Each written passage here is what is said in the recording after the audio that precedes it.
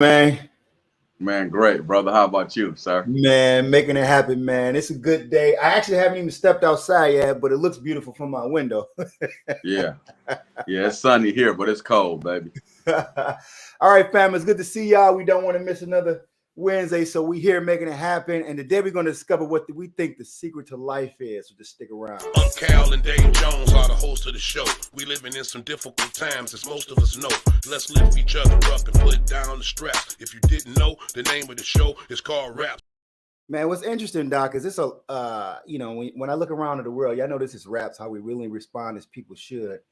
And we look at the world and how the world systems are, it's really the character of becoming more and producing more, getting more money, grinding, things of that nature, which is something that we actually agree with to a degree because even God tells us that we are to multiply ourselves and to dominate whatever skill set that we have, and consequently that will bring you a financial return. So Right. we think that's great, but I think sometimes we get lost in the shovel of really what the secret is. Because let me ask you this question, bro. Have you ever seen somebody who actually attained financial success? Have you ever seen that person unhappy? Yeah. Yeah, why would you think that a person, as the world is just, we are on our grind on a day to day to trying to produce the skill that we have? How is it that when a person attains that financial success, why would you think, or what are some scenarios where you can see that people will still be unhappy when they've actually reached what many of us are looking to accomplish? Man, that's a good question. And I think I got a good answer for that one, man. I think, man, it's like a double-edged sword, man. It seems like when you look at people that's financially got it together, you know what I'm saying? Mm-hmm. And we talked about this a little bit yesterday when we was just small talking on the phone, me and you. We was talking about how it seemed like some people you can look at their life and just understand God put a calling over their life, or they got a niche that God gave them, that's a gift of getting wealth. You know what I'm saying? They Yeah. just financially, and God, he instilled those types of gifts in people. We all get gifts from God. And I think like a lot of people you look at, man, this is like they wake up and effortlessly they just can get money. You know what I'm saying? So, Yes, you sir. know, I think, man, but what the problem I see with people like that, man, is they empty in other areas. You know what I'm saying? And a person with, going back to the question you asked me, I think people that get money and have no problems with money, they be empty in other areas. Like they need, you know what I'm saying? They love life is empty. You know what I'm Mm-hmm. saying? They just having sincere people in their life. You know what I'm saying? They have a problem with finding that because it's hard, man, when you don't know what it's like not to have. It's almost like a person that know what it's like. You know what I'm saying? When you don't know what it's like not to have, it's almost like a person that's always used to not having.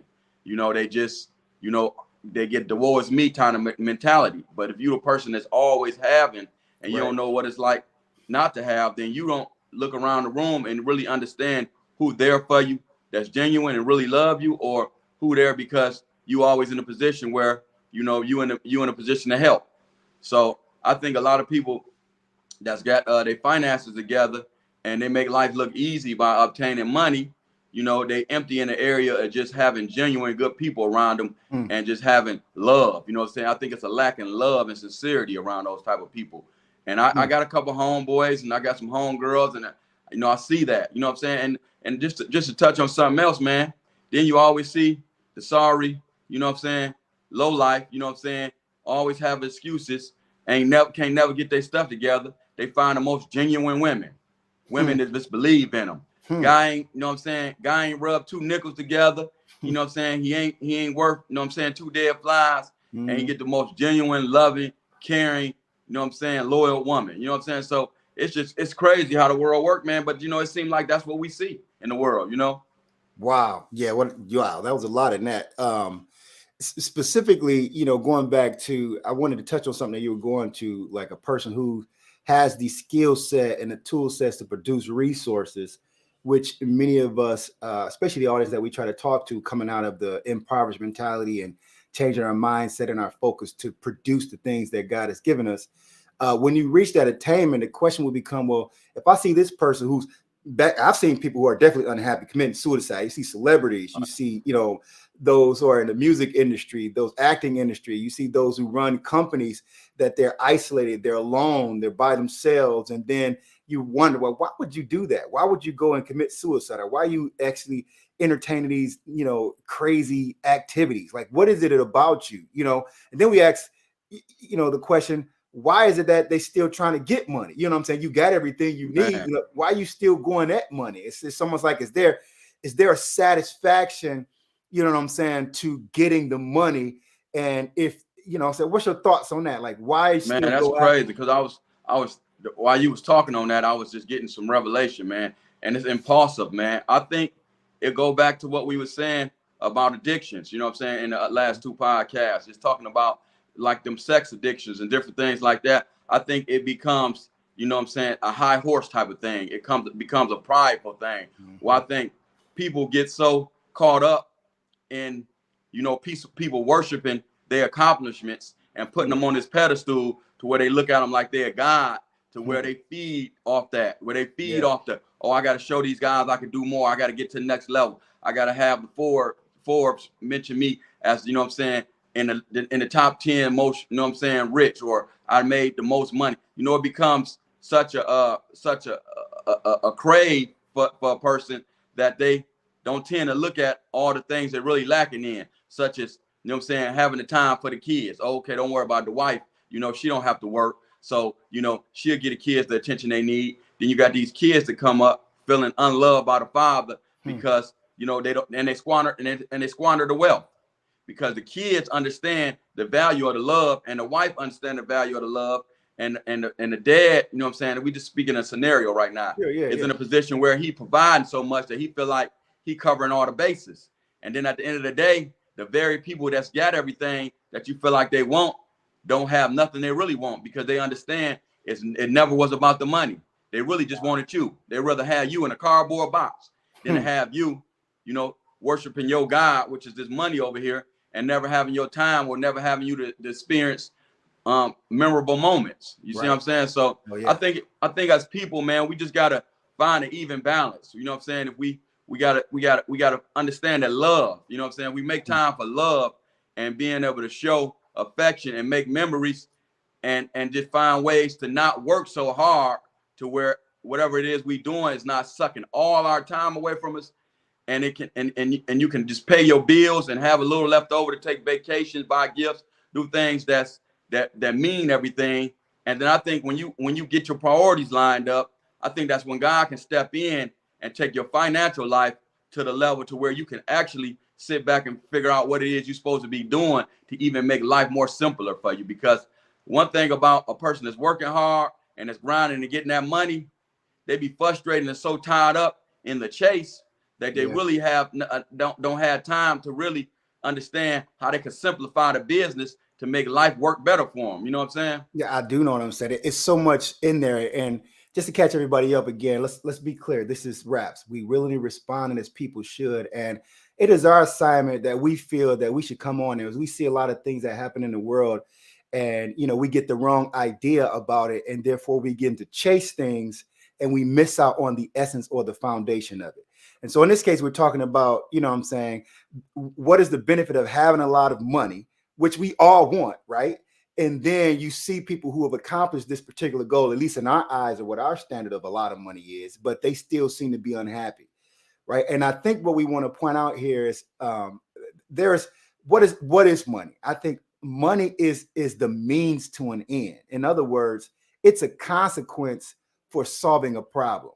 It's a consequence for relieving somebody else's pain. It's a consequence of providing somebody else's pleasure.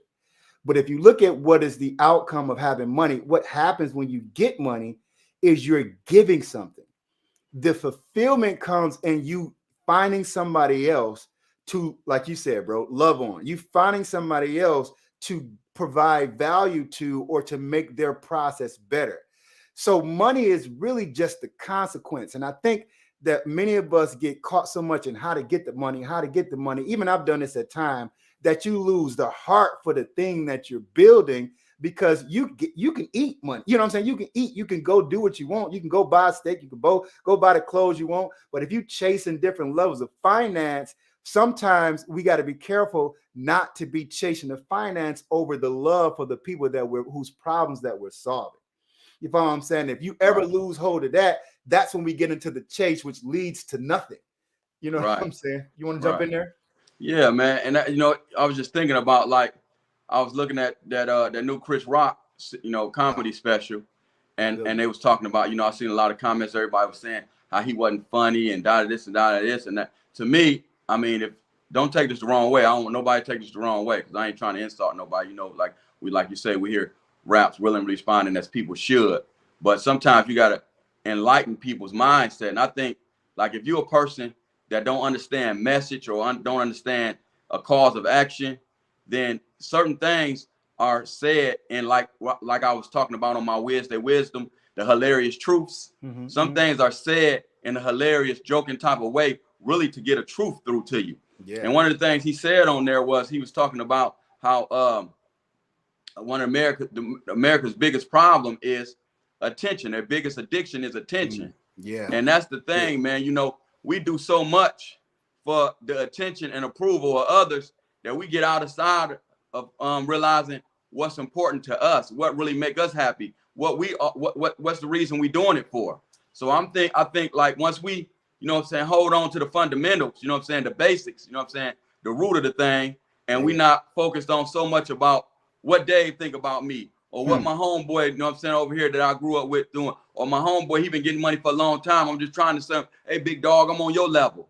And we not in these weird competitions, and we not trying to, you know what I'm saying, appease and please other people, that we really can tap into our inner love and peace and our happiness to figure out what it is. Why am I doing this all for? Because at the end of the day, you know, you got the Dave Chappelle's and the Chris Rocks.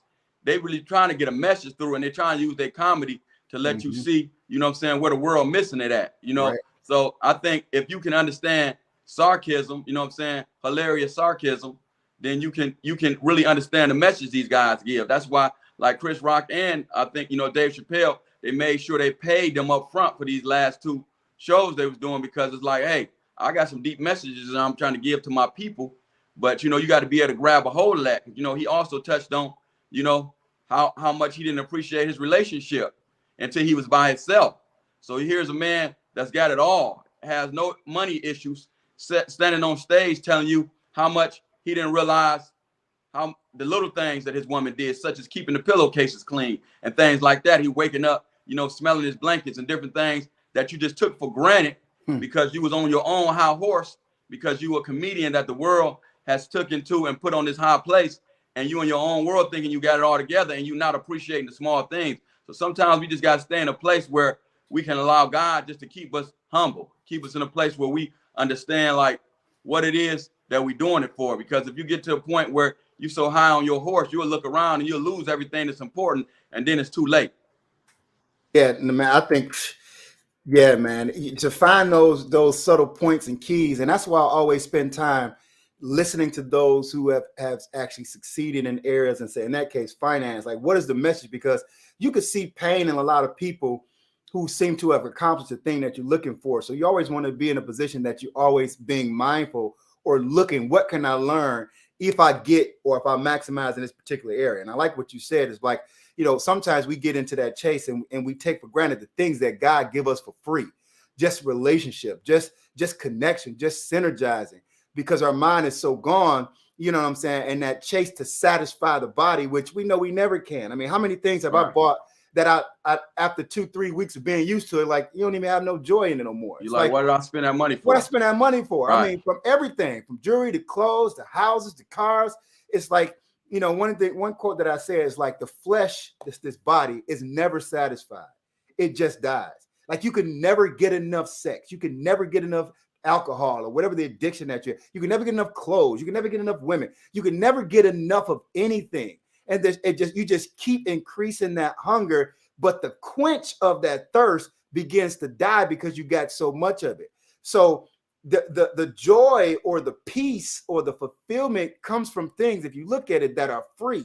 But if the world can capitalize on our hunger for these things, it'll be thrown in our face, and we'll be chasing empty water. Would say, don't go chasing waterfalls. Or how did it go? Right? You chasing things, right, you know what I'm saying, that doesn't really have any substance. They look like they're massive, but they're really not. So how do we respond to not chase the things that's causing us to be separate from our family, to chase the things that's caused us to separate from relationship and synergizing and giving to others and making somebody else smile. And you know what I'm saying? And building lives of people. Like, what is it that we have to do to recognize our mindset or to check how we think, that we don't get caught up in the rat race, right? To go after empty things, that where all the value is in what God freely gives us. Man, that's so good, man. Listen, man. And it's funny, man, because while you were saying that, I was sitting here thinking, and it all comes from us, you know what I'm saying, having an empty part of us that needs approval from somewhere that we ain't got approval from. You know what I'm saying? And it just made me think about the whole pandemic thing. I was in the pandemic, and I looked around the shop, and I was looking at home and in my pole barn and different stuff, and I got all these cars that I collected for years. It's like 17 cars, you know, and I chased all the high dollar cars, and you know, and for a year or so, God had, you know, been dealing with me, you know what I'm saying, because I was telling, like, a lot of my nephews or people, they make comments and they say, man, Unc, man, these guys sleeping on you, or man, you got all the cold cars, or this, that, and the third. And it was just like, they didn't know where I was at with it, you know what I'm saying, because God had been dealing with me, you know what I'm saying, about it, because I was in a place where I knew I bought the cars from a bad place, you know what I'm saying, that my parents being strung out on drugs, never buying me toys. And when I got older, when I was able to get some money, I studied cars as a kid, because I always liked cars, playing with them, you know, talking to drug dealers in my hood that had all the nice fly cars. I always, you know, was attracted to the cars, you know what I'm saying? So when I got a hold of getting me a little money, I started, you know, from my years of studying cars and not being able to, you know, buy them, I just knew about all the high dollar, nice cars. And when I started getting a little money, I started buying a lot of them. And a lot of them I would buy knowing the value of them, so they needed work, or I would want to redo them or get them pristine. But when God started dealing with me on that, it came from a bad place. And like, you know, when I learned and found God and found out, like, you know, you can't have faith and fear don't dwell in the same room. God and the devil don't dwell in the same room. Yes, so if you got faith in me and the ability of getting you these things, you know, you can't have, you know, faith in feeling like if something was to happen, these are your backup tools to getting money. If I'm the one that provides you with the money to get them in the first place. Yeah. So, you know, so I bought them from a bad place of, you know, not having toys. So I wanted to create my grown man toys. Then God showed me how I was worshiping these things, and I was idol worshiping these things, trying to hold on to them, because I had more faith in my ability of saying if something went wrong in my finances, that I can fall back on these things. So when I got the revelation from God, I'm like, you know what? This is foolishness. I got too many of them. A lot of them I didn't finish. A lot of them, it started bringing me a high stress level, because the game messed up, and finding the people that has the ability to finish these cars. So I was like, you know what? It's time for me to cut my ties with this stuff. You know what I'm saying? Because, you know, once you understand what's going on, then you got to make adjustments. So I started selling a lot of them, and it was a good time for God to give me the revelation, because it was at a time where the cars was at an all-time high. Like, I would never get money for these cars again in this lifetime, because with the pandemic, all that money was flowing. I was like, now is the time to pull the trigger on the ones that I feel like, you know, that I don't want to keep, and that's like just taking up space. And now I sold a lot of them, you know what I'm saying? And I look around, you know, I got more space. I ain't frustrated thinking about when I'm gonna finish it, how I'm gonna finish it. I ain't unfocused to where I'm working on one, I'm stopping working on this one, and I want to jump on this one because it's sitting right there in my face. There's so many, you know what I'm saying, things God showed me about just not having life in order, because, you know, the devil had these distractions around me. So, you know, and God had gave me a little something when you was talking, you know what I'm saying, that relates to, you know, something to us. And a lot of people that's watching this is a word God gave me while you was talking. And, you know, a lot of times we look at our accomplishments that we feel like, things that we feel like we done that we're not doing no more, or things that we feel like we failed at, or, you know, the season was up in it, and we feel like, dang, man, I wasted time over there, or I lost money over there, or that was stupid, you know what I'm saying? And God said it was the lessons, you know what I'm saying? We got to take the lessons out of the stuff, instead of paying attention to the loss, or paying attention to what we didn't do right, or how it didn't work out. Yes, we got to look at these things, and we got to ask God, what's the message in this thing? And then we got to look at what we did get that's profitable out of these things, because a lot of times you can fail in a business, but you know what I'm saying, you can get out of the business what you need to do better the next time. You can say to yourself, okay, I failed at that business, but at least I got the faith in myself to try a business. At least I know what it takes to get a business going. At least I know the failures I made to make the next business go.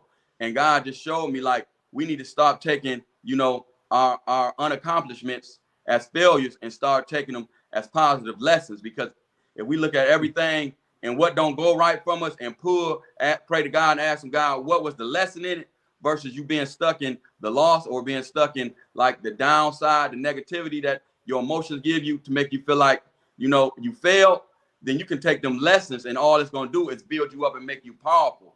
Like quick scenario, just to give y'all some understanding on what I'm saying. I invested it with LaVan Hawkins in the Sweet Georgia Brown, and he got indicted. Took me for about $150,000 cash, you know, and for years, you know, so I say for a good two years, my money had went so low because I didn't have the ambition to try to make no money because I was so stuck in that loss, you know, praying to God, asking God, why would you let this happen to me? How could, you know, something like this come to me and me not see the signs to know that I was gonna get took or so on and so forth. I even, you know what I'm saying, between me, you know, it's done over with LaVan Hawkins in the past. I even had to rob him at gunpoint with some of my money back. You know what I'm saying? I had to straight up whip a pistol on him and take $56,000 of my money back because he kept playing games with me. So, you know, and even when he went to jail and came home and I tried to recoup some of my money and it didn't happen, I was still stuck in it. But it was at the point that I finally prayed about it and let it go. And I asked God, you know what I'm saying, to just get it off my heart so I can stay focused on where I'm going in the future and not being stuck in this loss that God showed me. And the message I got out of it when God showed me, it's about to mess you up, cuz where God said, if I'd ever let you invest in yourself $150,000 in the business and it failed, you would never had the ability or the drive to try another business in your life at that young of an age. Wow. And when he gave me that revelation, I was stuck, bro. I was stuck, but it took me to get out of the hurt, you know what I'm saying, and the revenge, you know what I'm saying, and the get back for me to really get that lesson that God was really just trying to give me all along for me taking that loss. So I moved forward in life, and when I got past it and I started opening other businesses, you know what I'm saying, that did good and stuff that I invested in that was way more money than that, you know what I'm saying, and I prayed on that and let it go. That's when God really gave me that message, and I was like, wow. Because we all know what it's like to fail in something that you put your money in and how it knocked you down emotionally and spiritually. And I was like, dang, you know, I'm like, wow, he right. If I'd have took that loss, I was like 27, 28 years old when that happened. You know what I'm saying? When I took that hit with him. And I was just thinking about something I could have did with that money. And if I'd have took that hit, every time I would have thought about investing some money in something in the large sum, I would have that doubt because of that loss. And so what God showed me was, you know, from you taking that loss with another person, it allowed me to put the strength and ability in you to say, with me taking a loss over here like that, it ain't nothing I could do that I could feel bad about, even if it don't work out, being that I lost money like that with this man over here, and it wasn't even my vision. You understand? So a lot of times we just got to take the lessons and look at, you know, what God's message is and the things that happen to us versus, you know, I don't forget what song that was. I think it's Jadakiss. He say it's a message in everything, even a bullet. You know what I'm saying? Sometimes we got to look at what's going on around us to cause certain things to happen, and what's the message you get out of these things to allow us to see, you know, what's important, where we going, and why things happen. You know? No, man, you said a lot in there, man. That was good. It reminded me of a scripture, Jeremiah 29:11. It says, when God is saying, "For I know the thoughts and the plans that I have for you, they are good and they are not of evil, to get you to an expected end." Right. So a lot of times when God has got his hand on us and kind of guiding our steps, even though we got our plans, it don't go according to plan, but he's guiding our steps so we can get the right message, so we can gain wisdom through the experiential knowledge. And to your point, just because something doesn't go our way or we make a mistake, that doesn't mean that you're a failure. Because I did a whole lesson where if you take that word mistake and slow it down, it's a mistake. So take another shot at it. So you know what I'm saying? So it's a mistake doesn't mean you're not good. A mistake means that you just in a position that you learn a little more and you can leverage that the next time you go in.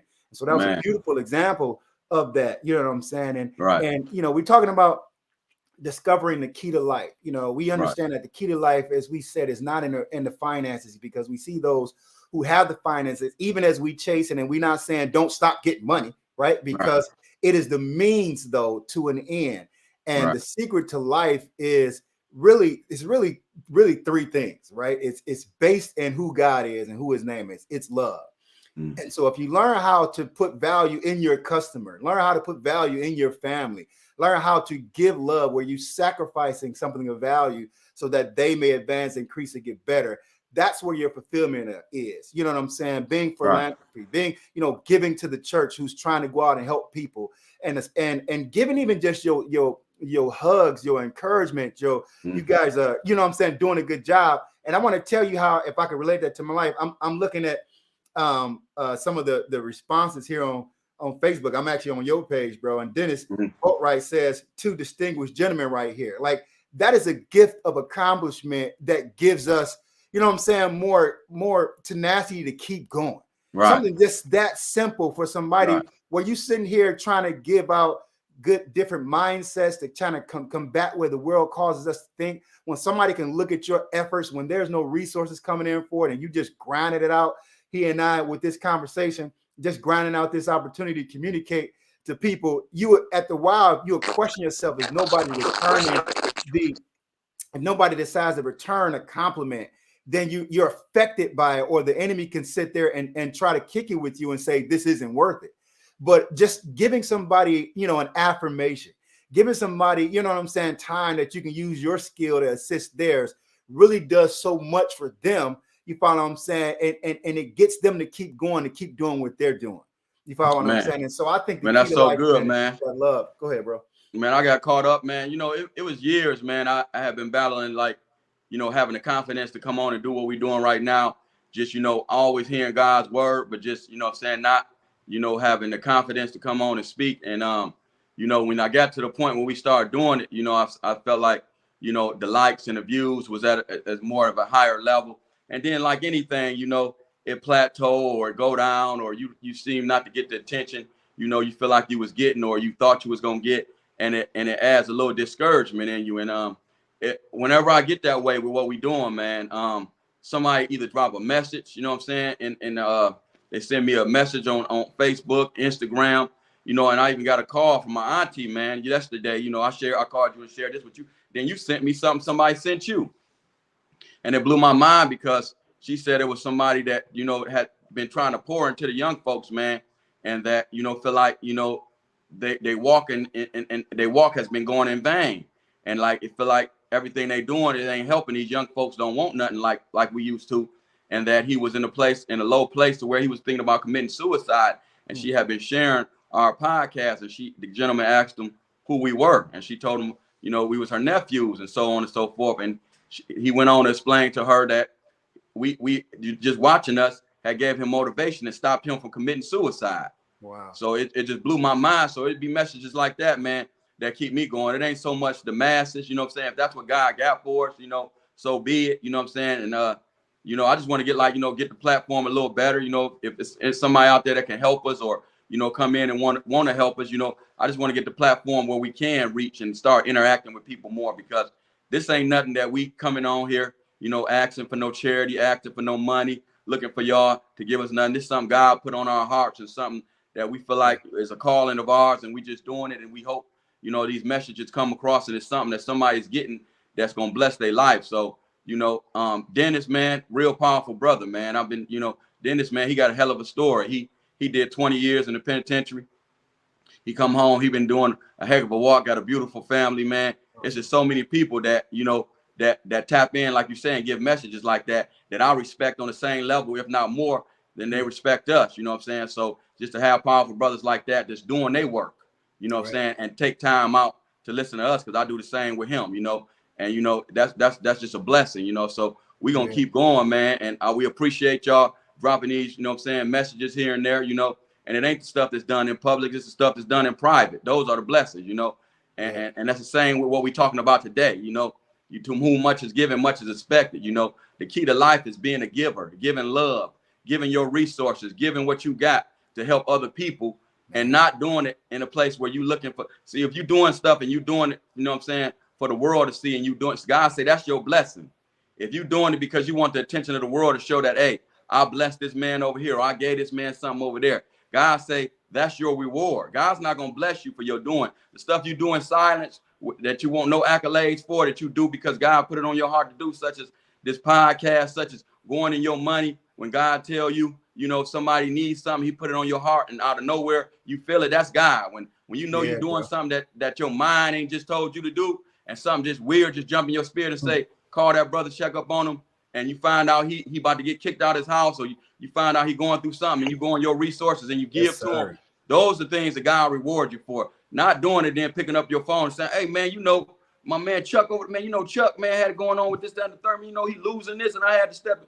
Come on, man, that's weak. You know what I'm saying? So we just got to get more loving and more caring and more sensitive, because those things we do for people in silence and we do to bless their life, those are the things God do for us to help us break through that blessing we've been praying about. That thing we can't get no breakthrough in, that we just waiting and saying, you know what I'm saying? That's how God step in. He step in on the things that you can't do for yourself, that you know only something bigger than you can do. Yes, sir. You know what I'm saying? You've been praying about something. You've been praying about getting this business off the ground. You've been asking God to touch these city officials, touch this franchise, touch this business, give you the money for this business you've been trying to start, give you the motivation to get up and just try to put your hands to something. Those are things you know God is in your life and he doing things. Those are things that God used to let you know he real. When things in your life break through that you know you couldn't do because you tried all your things and you put your best foot forward and nothing broke. And then out of nowhere, you get a call saying, hey, how you doing, Mr. Davis? I want to let you know this, that, and the third has been approved. That loan been approved. That house been approved. We accepted your offer. Things that you know ain't no way you could have got done. You know what I'm saying? And all those things come from your walk, from your giving, from your love, from the time you take away from, you know what I'm saying, your personal life and the things that you do just for you. You know what I'm saying? Your selfish world. And you get out and you give to other people. Those are things that God bless. You know what I'm saying? And that's what we don't see. It'd be so. We look at these millionaires and we look at these people that's getting this overflow of money coming in their life every day. But you don't see their flip side. You don't see how much they putting out, you know what I'm saying, to get what they got coming in. So next time we want to look at somebody and just be jealous, or we want to be in competition with them, or we want to be mad that it's them and not you, understand, if you want to be and get close to that person instead of being jealous. Ask them if they can give you some game, give you some knowledge. Then once you get knowledge, you get understanding. Once you get understanding, then you can see it's bigger than just getting that money. To whom much is given, much is expected. You got to give a lot if you want a lot. You know what I'm saying? Yes, sir, man. So if you didn't know, how do you willingly respond as people of God basically should, is it's the life is about giving. So practice in love, and actually even loving yourself. You know, stand away from the negative thoughts that you have with yourself. Even if you getting in surroundings like this where people can speak affirmation into your life. We all need that love from each other to build. But practical applications of this stuff, man, when you go pick up a pizza next time, man, give an extra tip. You know what I'm saying? If you can't give an extra tip to bless that person who's sitting there working, give them a compliment. You know what I'm saying? Tell them they're doing a good job.